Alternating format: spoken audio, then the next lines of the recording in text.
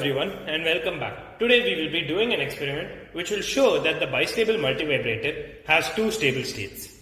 Place your mask sheet number 5 on the board with the help of the guide pins. Place your transistors, the R type at gap junction 8 and the L type at gap junction number 2. Take a cross strip and place it at gap junction 16.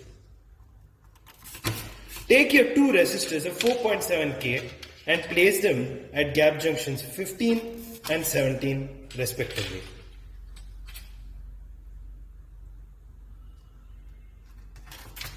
Place your lamps at gap junctions 7 and 3. Finish the rest of the circuit using shorting pins.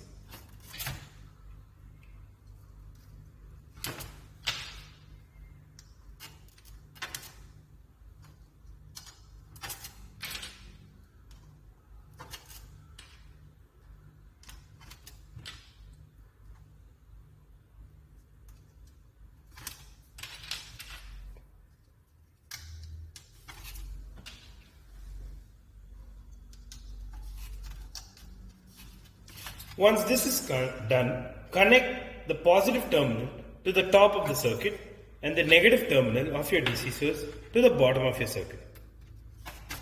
Turn on your source. You can see one of the light glows. Now we have connected another wire to the gap junction with the negative terminal. Now using the other point of this wire, tap at the base point or the base junction of the transistor.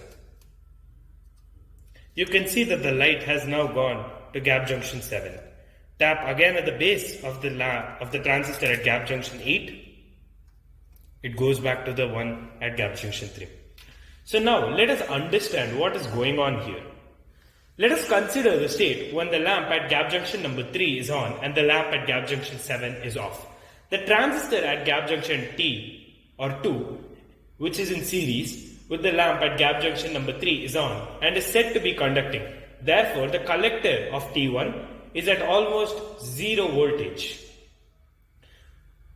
This is connected to the transistor T2 at gap junction number 8 through the 4.7K resistor at gap junction 15. Its base potential also is therefore almost 0.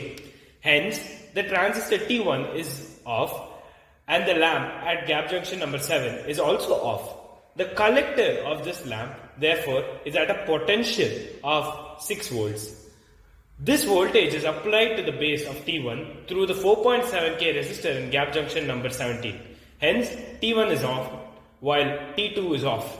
This state is maintained if the circuit is left undisturbed. When the lead wires touch the base of T1, a path of 0 resistance is provided for the current to flow from the base terminal to the negative of the DC supply. This reduces the current in the base of the transistor T1. The transistor gradually switches off. The voltage of T2 now becomes plus 6 volts. This sends a large current to the base of T through the 4.7K resistor in gap junction number 15, thus switching T2 and the lamp at gap junction number 7 on. This situation also continues as long as external disturbances is introduced. So what have we learned from this? The circuit has two stable states. Corresponding one, that the lamp in the gap number 3 is on while that at gap junction number 7 is off, and the lamp in gap 3 is off and the lamp at gap junction number 7 is on. I hope you understood this concept and had fun while doing this experiment. Let's meet again. Thank you.